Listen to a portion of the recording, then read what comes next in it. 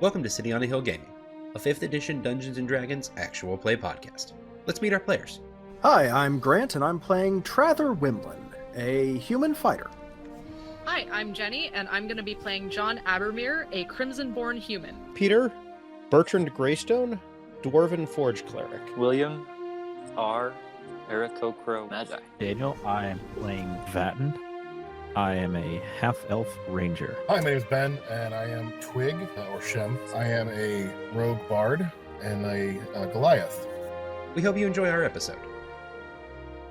Okay, so you guys are in the store in the city of Myson called The Harvest, and you guys have sat down for dinner with the owner, Brennar. And as you guys sit down, you're sitting around the table with Bertrand and oh my goodness, I forgot everyone's names. R, Shem, everybody's there, John. And you hear a knock at the door downstairs, and the Aarakocra, who works for Brennar, her name is Saley, goes and answers the door. She was about to leave anyway. You hear her talking to someone downstairs, and then a teenage elven girl, sort of dressed as a messenger, but you know she also has like a mace in one hand and a buckler in the other, shows up at the top of the stairs. I'm looking for Trather Wimlin? Is that right? Trather? I think that's you. I recognize the crest. And she walks over and she hands you a note. And you recognize the seal on top. It's a wax seal, and it's the seal of the Duchess of the Crossroads. I'm sorry, not the Duchess. The Countess of the Crossroads, who your mother works for. Excuse me, fellows. I'll be back in just a moment. I was instructed to give you this. Yes, thank you. Yes, I appreciate it. I'll reach in, tip her a gold. Oh, thank you. That's not necessary. They already paid me, but thank you. Oh, it's never necessary, but still. Huh. It's from your mother. And you open it. Yes, it is. And... All right, I will. I will. Oh, yes. Step away from where we're all kind of gathered together and go crack the seal on that in private. Okay. You recognize your mother's handwriting. It says, Trather, the Countess' stave has been taken. We need you to retrieve it. We believe the bandits to have headed into Anwaru. This must be recovered at all costs. You know how powerful the stave is and how necessary it is to what we do in the Crossroads. Enclosed is the name of who we believe to have been the bandits who have taken it. We know not really what their purposes are. Do what you can to find it. Take the young lady with you if you need her. If not, send her back. With much love and blessing, your mother, Pesa Wimlin. And the name of the gang that's sitting in there is the 10 Thieves. You've probably not heard of them. They don't... You knew a lot of the criminal element around the Crossroads in your time as sort of a guard and a knight in the court. It's not a name that sounds familiar, but you know that the stave of the Countess is a big deal. It's an ancestral piece that has been passed down for generations and hundreds of years in the family that runs the area known as the Crossroads, which is a big sort of trade intersection in the human kingdom of Thassaran. And you know that if you know a couple of things. Finding it is important. Doing it quickly, because if someone took it, they're probably trying to sell it, so time is of the essence. And that you'll probably need a guide. Anwaru is not an area you've been in very long, nor is it one you're particularly familiar with. It just so happens you have a lovely ranger who's all good in the outdoors and woodsy places and is from here by happenstance. Probably. Excellent. I'll come back out from kind of the nook where I've been reading this slowly, probably a little bit out loud. Fellows, my apologies. I need to head out for a little bit. Might be several days. I apologize. My mother has called me away on some rather important business, and first I need to hire a guide, somebody who knows anything about Amoru. Do any of you happen to know anyone you might be able to suggest? I mean, I'll do it. What do you need? Oh, you know the area. Oh, that's perfect. Perfect. Excellent. Come. I'll explain on the way. Brennar looks up. Aye, be careful, lad. You two, Aye. you hurry back. We'll carry on without you for the time being. Oh, very good. Very good. If you don't mind, in a few days, make sure there's some wine set out for me, and I will absolutely need the services of your laundress. Ooh, aye. He smiles and nods. Very good. Come, Venton. We need to ride hastily, and I need you to tell me which direction we're going. Do you know anything about these 10 thieves? That's a very specific name. Oh, that's a name I haven't heard for some time. Where did you get that name from? Under what circumstances? Oh, yes, sorry. It might be better if you read it. Okay, so Daniel, what I said basically already. You know the 10 Thieves well. You interacted with them a couple of times in your time when you spent your life doing less savory, shadier things with the gang you rode with called Faded Hollow. The 10 Thieves are a gang you ran into occasionally. They're largely thieves. 10 Thieves is a name largely meant to concern you because there's so many of them and they're so talented. There's actually only 4 of them. They're just that good. Wide variety of groups. There's an orc, a half-elf, a gnome, and a triton. Being kind of an unusual person to see this far inland, but she is quite good at what she does. She's very sneaky, very talented. Okay, so what is a triton exactly? Sorry. Tritons are traditionally underwater-ish humanoid creatures. Merfolk, but not. Is the best I can do. They're sort of like a counterpoint to merfolk. Also not to be confused with sea elves. What he said. Oh, good. Because I guess those are also technically yeah, that makes sense. Yes, well, I mean, they like to take, self-portraits of themselves because no sea elf could resist a selfie. There it was. Missed that. Yep, set me up for it. All right, I tried. So, got there. That's all I really do as a GM, is basically just set up the puns. You're a very good pungent master. Oh, that was not even on purpose. Yep. That might actually go on a t-shirt if someone's not made it already. Huh. Check into that later. All right. All right. Circling back around. Yes. A rough area where you think there is a rather large, rather spacious, surprisingly nice cave, oft inhabited by said 10 thieves. Probably a day or so's journey from here. You're in luck. I do know who these 10 thieves are, and I know where they used to. I know one of the places they used to use as a holdout, so we can start there, see what shakes loose. Fun fact, there's actually only 4 of them. They just used the name 10 Thieves to be scary. Not a lot of people know that. All right. That's useful to know, yes. Yes, so if we find 4 of them, you don't have to worry about the other 6. They're not real. All right, so we're going to head towards this place. It's a rather large cave. Hopefully that's where they'll be, and if not, maybe we can find some clues and pick up their trail. It's been a while since I've had to run in with them. The girl pipes up. I have horses, if that helps. Horses do help. I appreciate it. Thank you. How much do we owe you for the horses? Oh, I have to stay with them. They're not mine.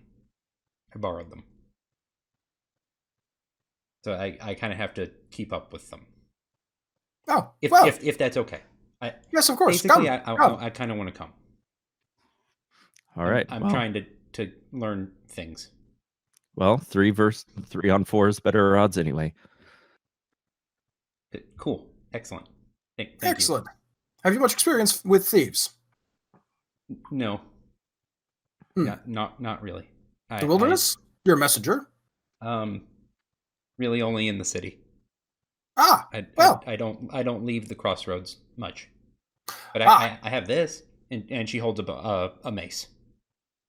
Very good. A little old, a little tarnished, but clearly, definitely going to be useful for something, A good start. A good start. largely to the face. How are you with crossbows? I've seen them before. I Good. can probably shoot one. Good. Yes, that's the natural advantage of a crossbow. They're relatively easy to learn. Tell you what, as we travel, I'll give you some basic instruction. It's always good, especially if you're new to this sort of thing, to have something at hand that you can at least get a shot or two off before things get up close and personal. Oh, okay, thank you. She actually pulls a little notebook out and starts like she's jotting things down. Crossbow. Okay. Okay, cool.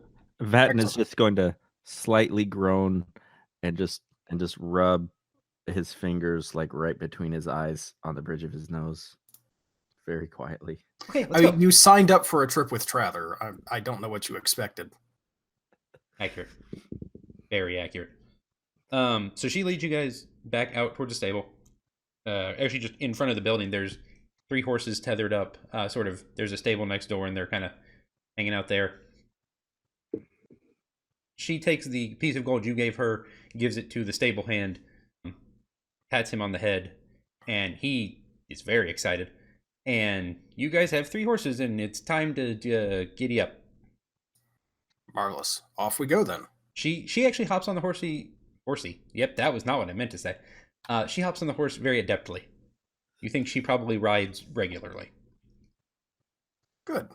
I'll spend a minute, kind of getting the horse ready, getting everything we need, packed up, getting the horse comfortable with us, and then we'll head off. Okay, you guys ride for the rest of that day and probably on into the early afternoon the next.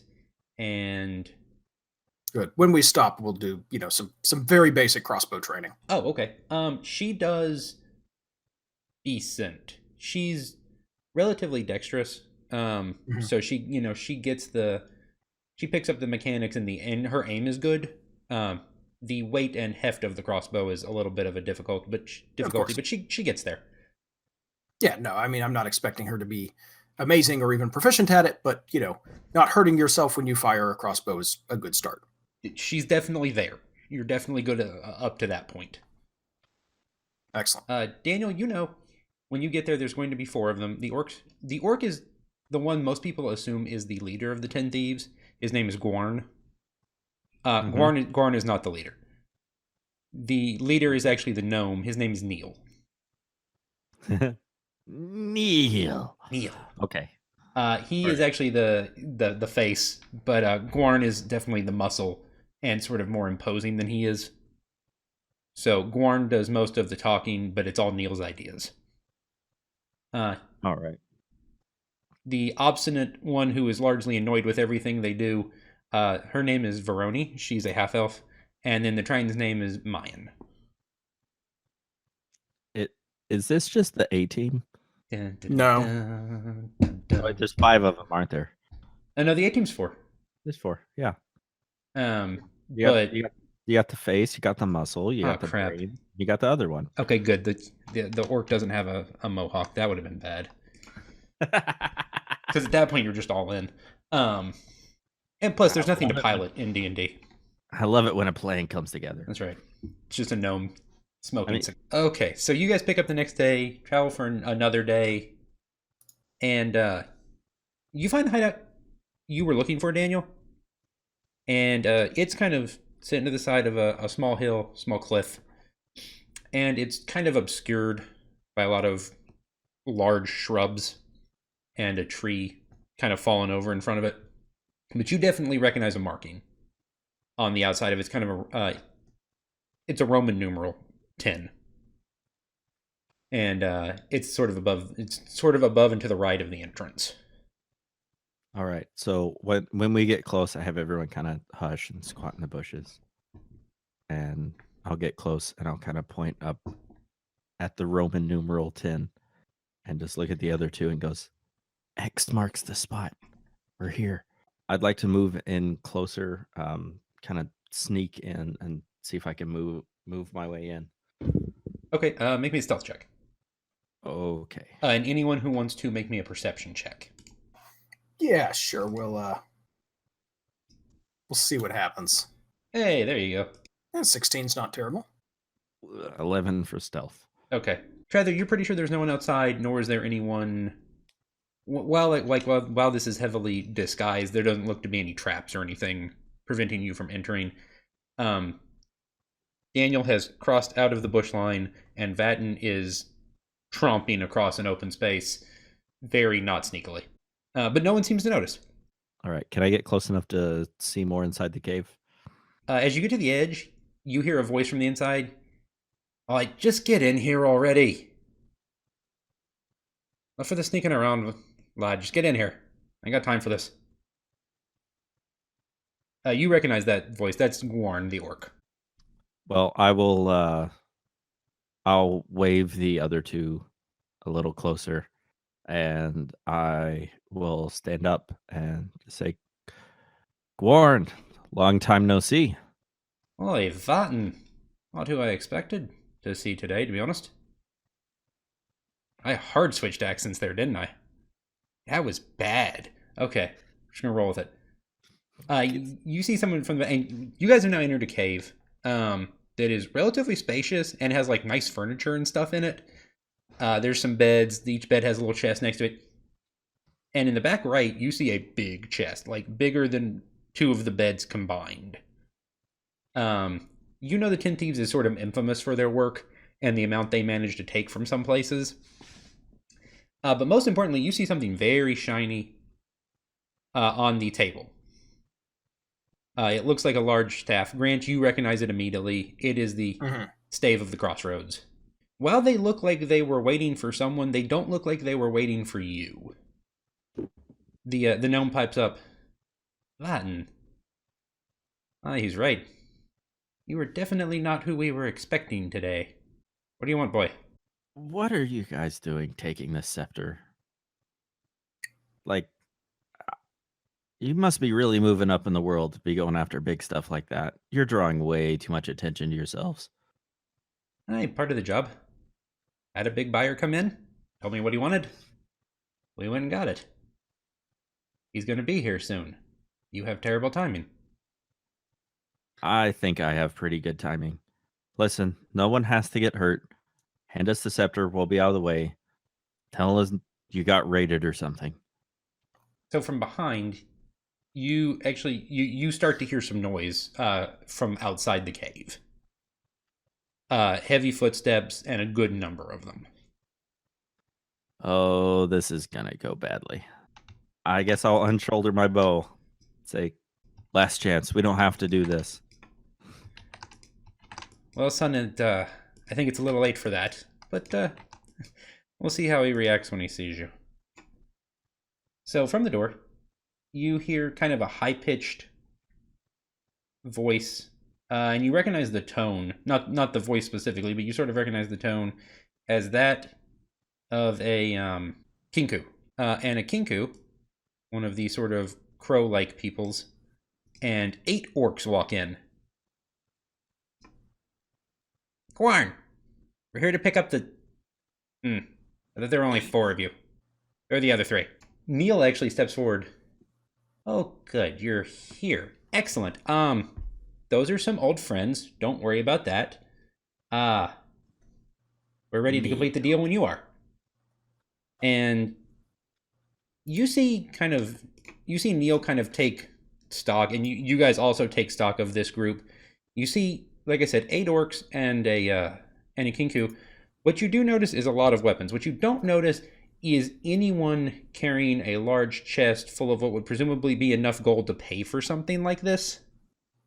There seems to be a heavy absence of transferable funds present, and Neil has taken distinct notice of this. I was afraid when I dealt with the crow this was going to be a problem. You're not going to pay me, are you? At this point, I'm gonna wave my hand like slowly down, as in like to Trevor, just be like, keep calm, let this happen. Because the last thing I want is make this a 3-way fight. I just realized you guys can't see any of this on the map. So basically, it's you 3, a large campfire with some seating around at the bed area. The 4 people from the 10 Thieves, and then 8 real large orcs, and a very frustrated-looking Kinku. Well, no, Neil. I wasn't actually going to pay you. Of course I was. But you were smarter than that, frankly. I was surprised when you took the job to begin with. No, they're going to take it from you. That's why there's so many of them. They're very useful.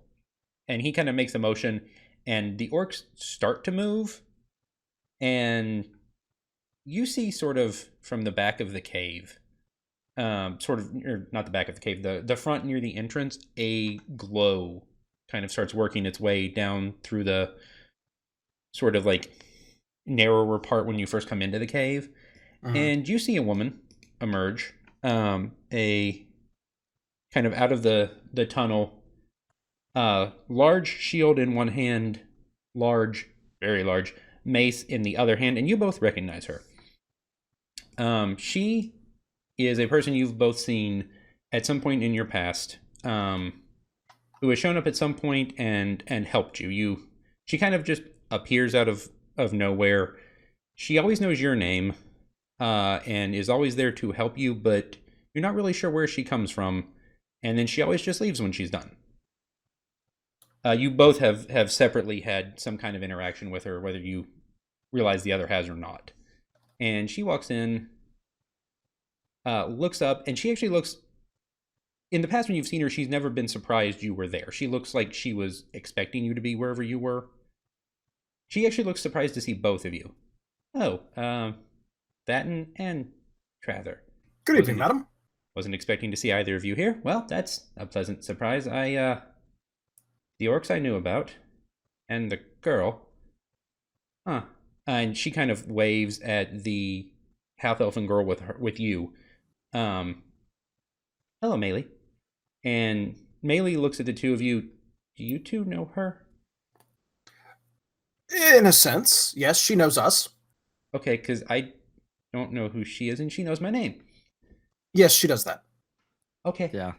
That's- It's probably a good sign. That's fine then. The woman looks up. Well, this is most interesting. She looks at the Kinku, who has taken distinct notice of her. Your name is Shred, correct? What of it? Who are you? That is of no matter. What you have come for does not belong to you, nor does Yahweh wish it to be in your hands. I am here to make sure that doesn't happen. He just looks kind of annoyed with this whole thing now. Okay, look, I paid them. Well, I didn't pay them, so that's on that. But whatever. It's ours and we're taking it. Get her. And Trather is going to walk and just sort of stolidly plant himself in between the stave and the larger crowd of orcs and Kenku. here-ish work for you? Yeah, that worked. Okay. Well, It's on the table. I'm afraid the staff will be leaving with us. It always has to be like this. Fine. And he kind of squawks a bunch of orders out in Orcish, and 3 of the orcs I can understand that. You can. Basically, he is giving them orders to break off into groups. 3 of them go after her. 3 of them go after the 4 thieves. And him and the other 2 kind of step towards you guys. I'm actually going to move you 2 over here. So be it. It always amounts to this anyway. And from behind you, you hear Neil say, "We got your back, boy." All right. It doesn't always have to be like this. You don't have to do this. You can leave anytime you want. I probably could. Definitely. Not this time. Thing's too valuable. It's not more valuable than your life. None of these things are. Turn Fair. around. Do something better with yourself. Not this. He doesn't seem particularly convinced, but some of the orcs do leave. Hey, that's not what we pay you. Can we just retcon that I'm saying all of that in Orcish? Sure, yeah, that's fine. Sweet. Actually, that I like that a lot. That works nicely. Yeah, the 3 that were sort of near the thieves kind of just make their way out. Lousy Kinku never pays us enough anyway. We're out. One of them, as he leaves, kind of looks at you, Vatten, and just kind of smiles very slightly and nods. And those three make their way out. You realize the three that have stepped towards the woman at the entrance of the cave are kind of lying in a small heap in the ground now, on top of each other. You're really not sure what she did, but she did it very quickly. Yep, that tracks. So they're just kind of over here, and she's like, "Yep, yes, well, All right, I'll look at this Kenku leader. You might want to recount the size of the force you brought here. Slice told me to bring 14 of them, and I told him no, 8 was enough. Well, that's what I get for not listening. It is. Doors that way. You may want to have the folks still standing. Oh, no, there's 3 of you and 3 of them. Looks like you'll be carrying your friends out, too. No, we're just going to go. Wait, did we know Slice from the... Slice? Yes, you did. Yeah, he was one of the other Kinku. Slice is the Kinku who was in the basement of the tower. He's the one you impersonated when you left. Yeah, and I'll tell him, I said, Slice should really stop underestimating us. He looks up. Oh, the ones from the tower.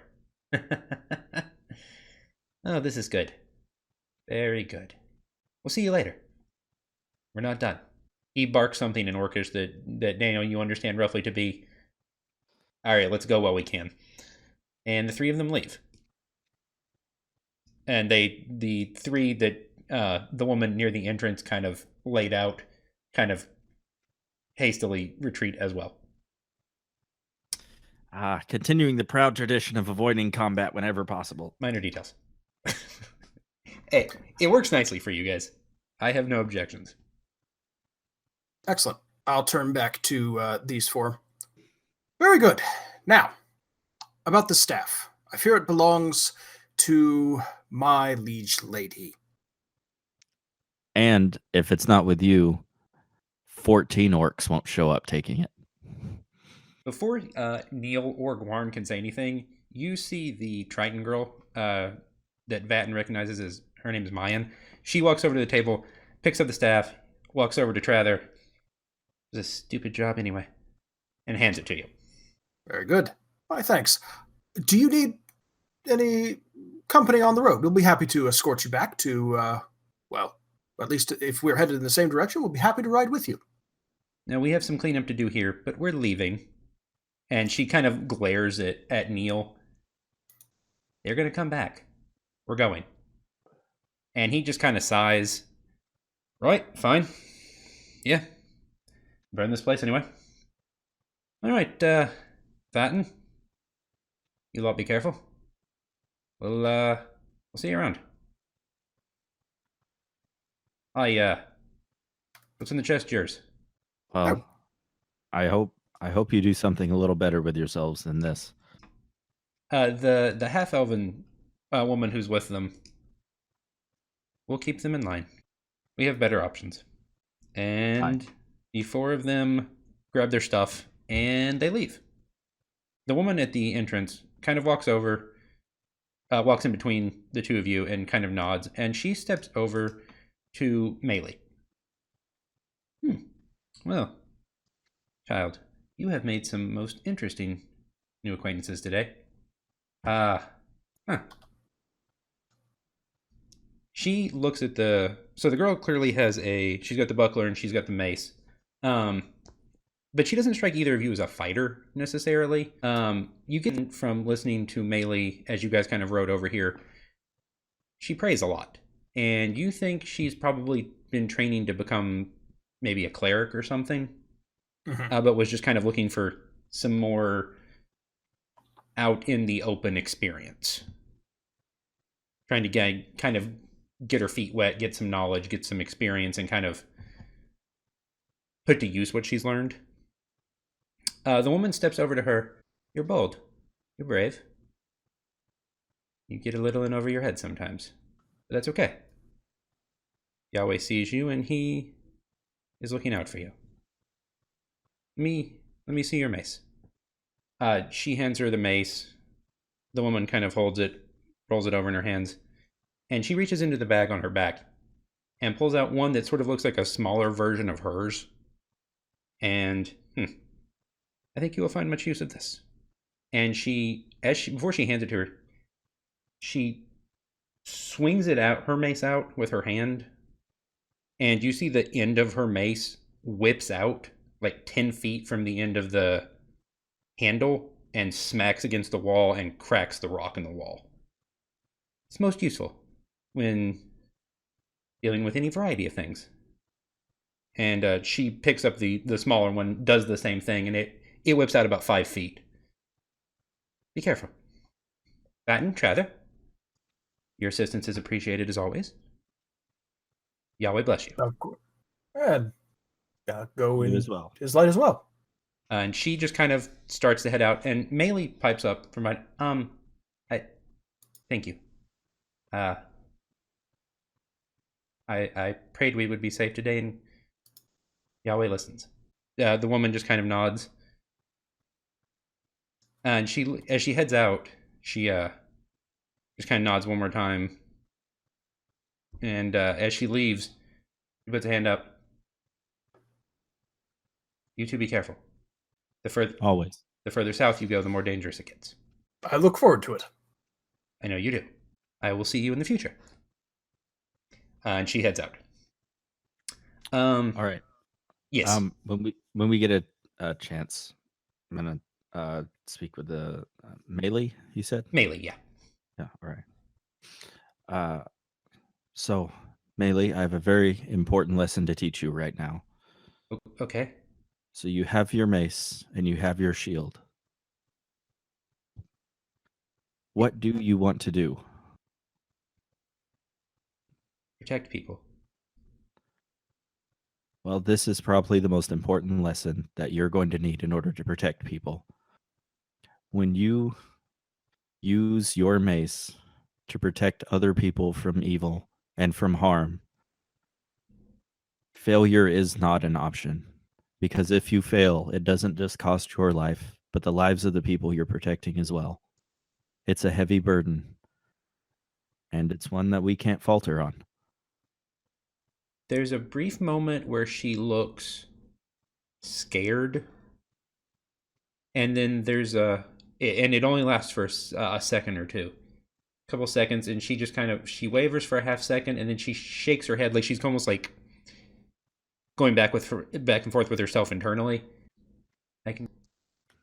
And she says it to herself almost, and then she looks up at you. I can do this. I want to do this. I'm supposed to do this. Very good. There's more of us here than you think there are.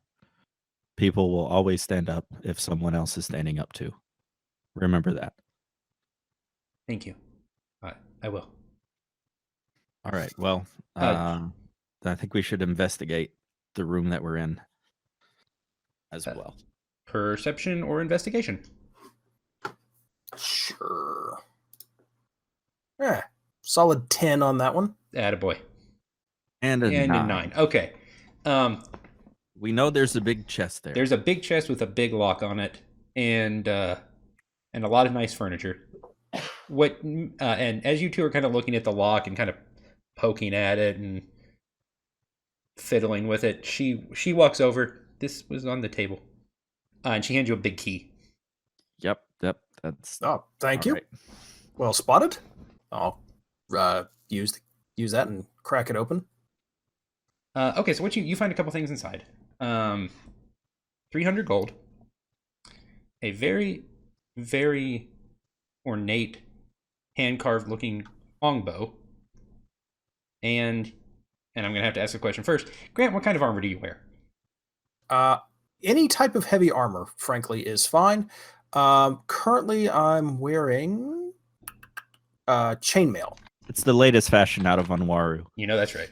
Chainmail's a little... it lags a little just due to, the difficulty of manufacture, but I try and keep up. I'm going to pick up and examine the longbow. Okay, you kind of roll it over in your hands, test the tension, the draw strength. This thing's nice. It looks rather old, and you think it's like you can tell the wood is hand carved and hand laid with different symbols in it that you don't recognize offhand, but you think if you spend some time with, there's probably something there. And just kind of for feel for it, that this is a +1 longbow. Ooh, yes.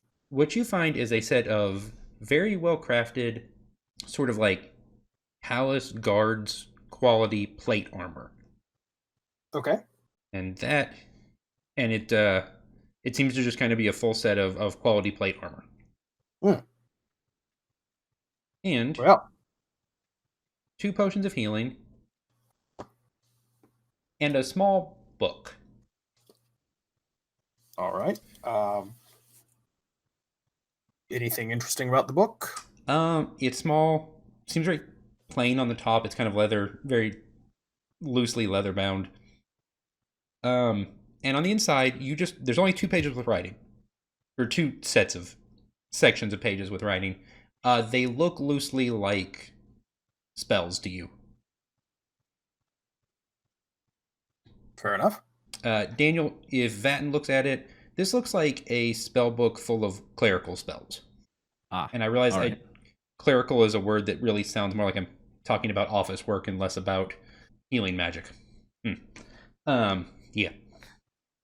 Yes, I would like to cast Phineas's double entry accounting book. Yes. You know somebody's made that spell, right? Oh man, it's such a time saver though. Varshorn's magical typewriter. There was I remember some older editions did have spells that were like copy pages and things like that for, Really? magically. And yeah, well, they were designed to like quickly copy a map or a document or something like that, right? Just kind of a magical copy machine kind of thing.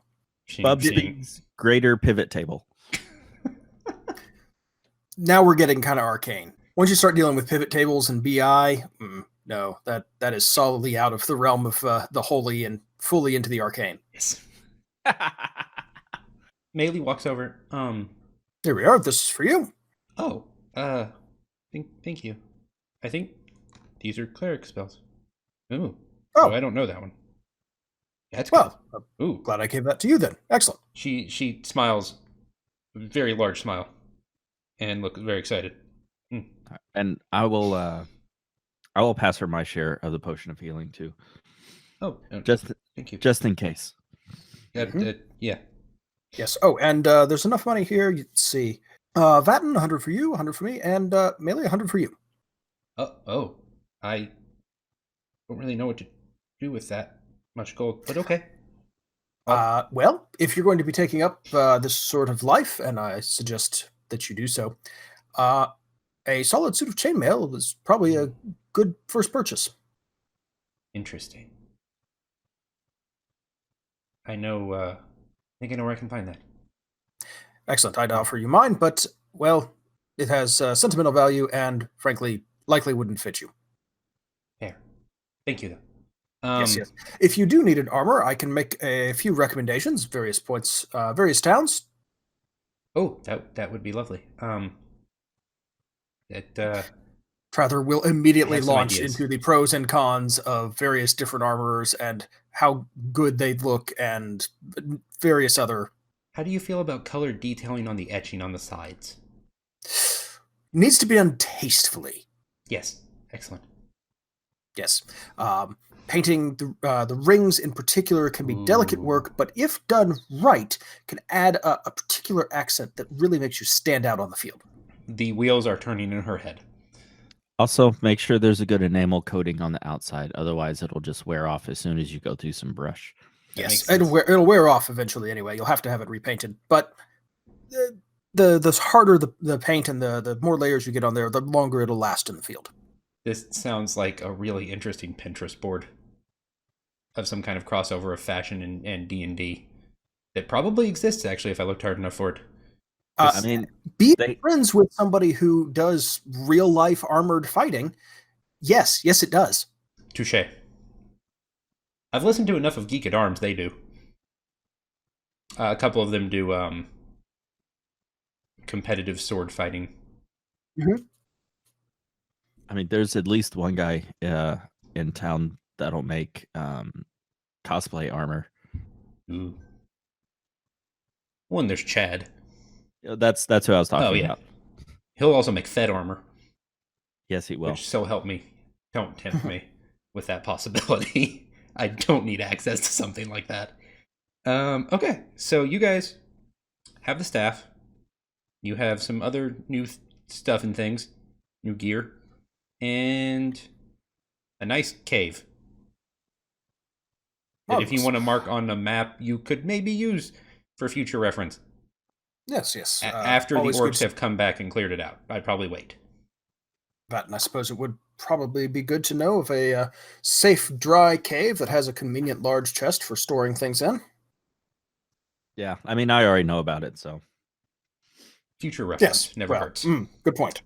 Yes. All Would right. it be helpful for Traveler? Who knows? I might not always be around. Ah, nonsense. You'll be around at least as long as I am, I'm sure. That's comforting. I mean, if the Yes, tank if the tank goes down, maybe the whole party follows. I mean, the Ranger's pretty good on his own. He could just bug out and go hide in the woods. Okay, so you guys head back to town. And as you get back, you see you guys kind of ride up to the edges, and can you two take the horses back to the stable? I have something I need to go do. Of course. Of course, yes. Which stable? The one next to the harvest where you were. Are we back there, or are we heading back to drop off the staff? She'll take the staff. Unless you just want to actually escort her to the crossroads with it. I mean, how long a ride would that be? It would take you several days both directions. I would make more sense to do that because that's what we were asked to do anyway. Fair enough.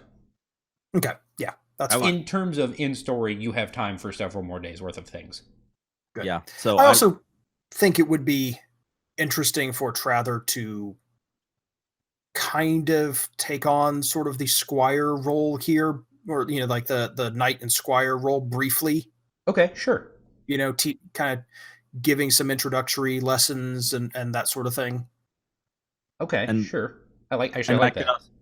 I could also point out survival tips, like how to guide by the stars, which ones to follow, Okay. good ways to look for fresh water because we're traveling. What else are rangers going to talk about? Fair enough. Yes. And frankly, it's a break from Trather desperately trying to write bad love poetry. Ooh. Interesting. Have either of you played any of the Fire Emblem games? I played the very first one a long time ago. Like Game Boy Advance? Yeah. Okay, did it have the thing... Sorry, Daniel. Have you? I like playing as Marth on Smash Brothers. That's not nothing. I know Sacred Stones, which is the second Game Boy Advance one, has sort of you have your main base level classes like fighter, but there are a handful of characters that start and have to go through the ranks of sort of baby classes. Yeah. They're not quite even to the point of sort of those basic fighter archer classes. That's sort of how I envision her. Sure. Well, it's like the old version of you have your PC cleric class and then the NPC adept class. Yeah. She's she's almost there, but she's not quite level 1 yet. Yeah, level 0 character. Yes. Very common. Okay, so you guys head out. It takes you a couple of days to get back into the crossroads, back to that area, because you have to leave on Waru and travel back to Thassaran. And the crossroads is sort of in the center of Thassaran. And as you arrive in town, you notice some of the guards, as you guys get to the gate, the drawbridge, they start to call out and try and figure out who you are, because the city's kind of locked up tight right now because of the war with the merfolk.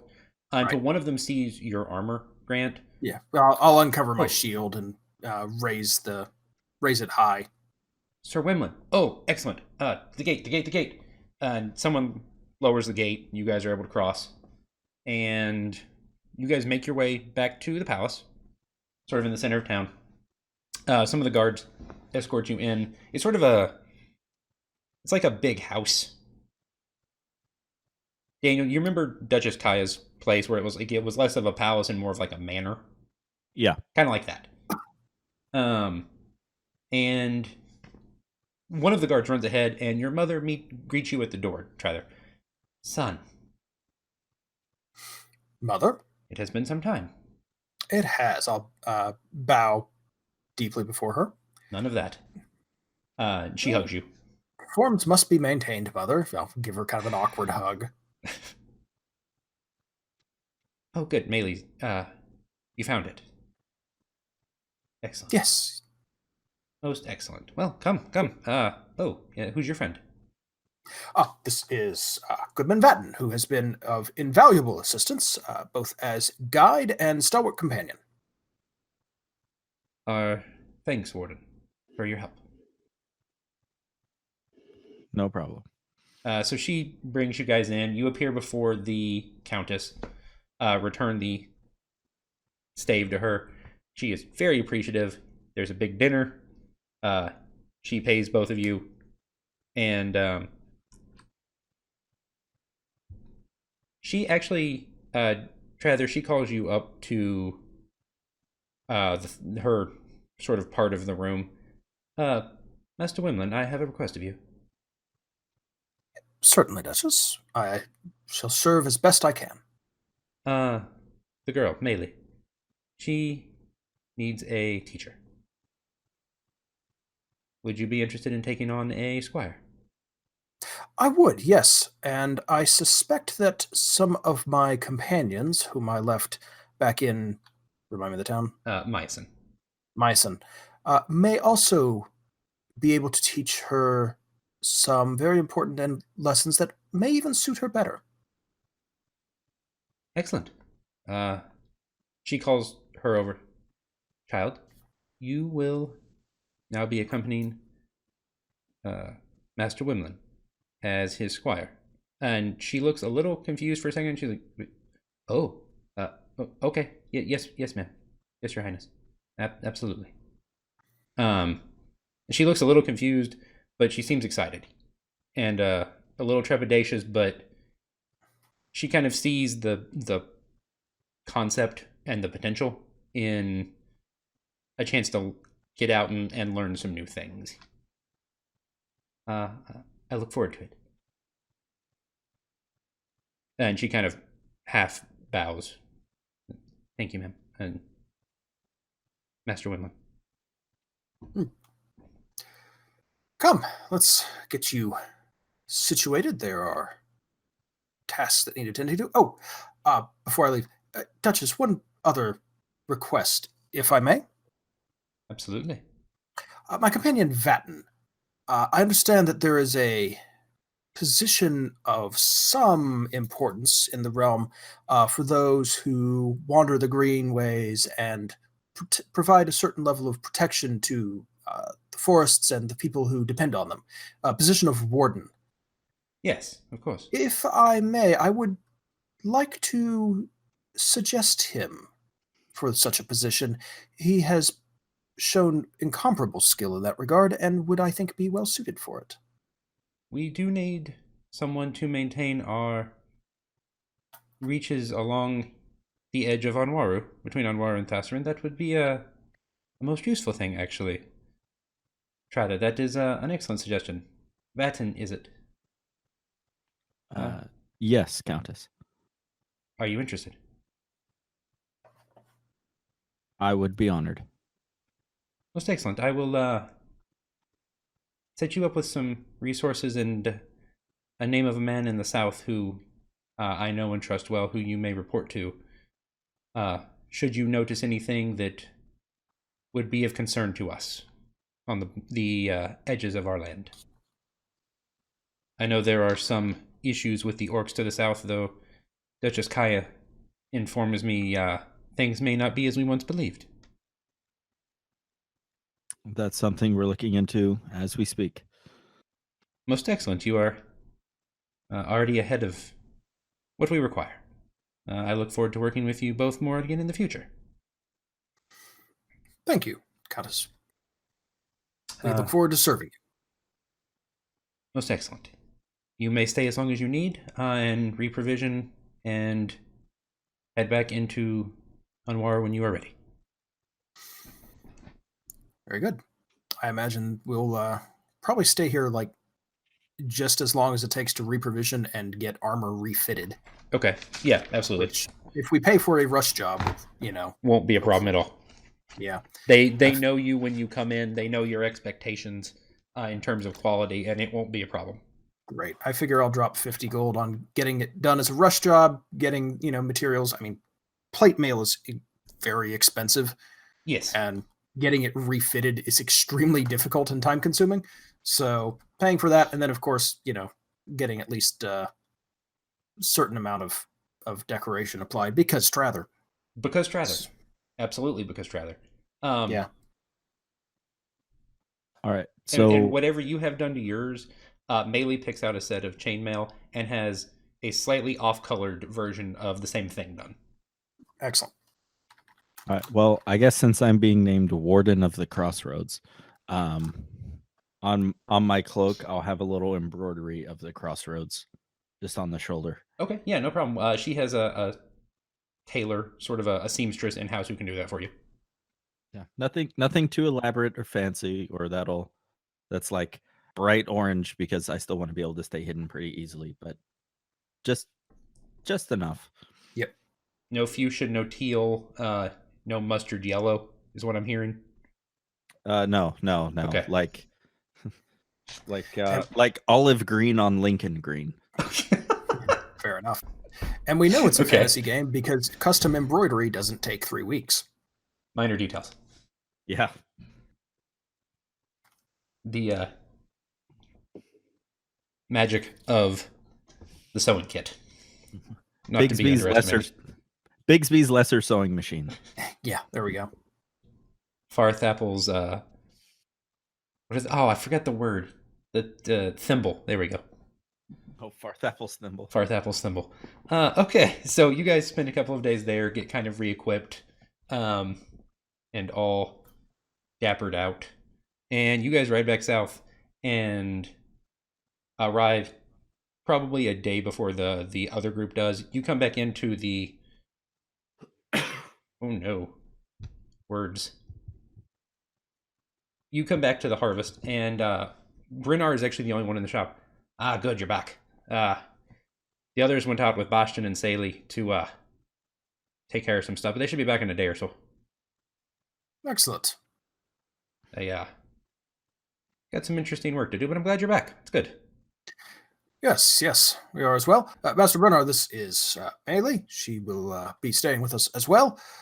Melee, when you're ready, let's retire to the yard. We've got a few things to teach that we couldn't really do on the road. She is absolutely in and kind of wants to start working with the new mace she has. Excellent. And we'll, I don't know, do like the zoom out working, practicing in the yard or whatever. Everything's better with a montage. Yeah, I was thinking, like do the helicopter zoom out to credits. Yes.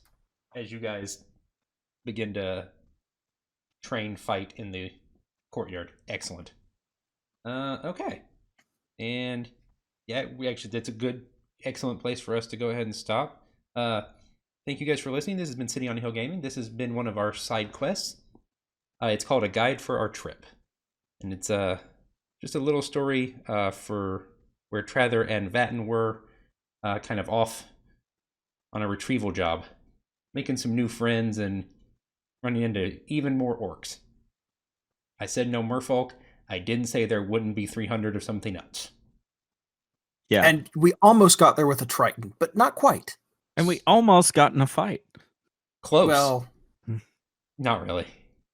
They had stats, but only one of them had a name. It's fine.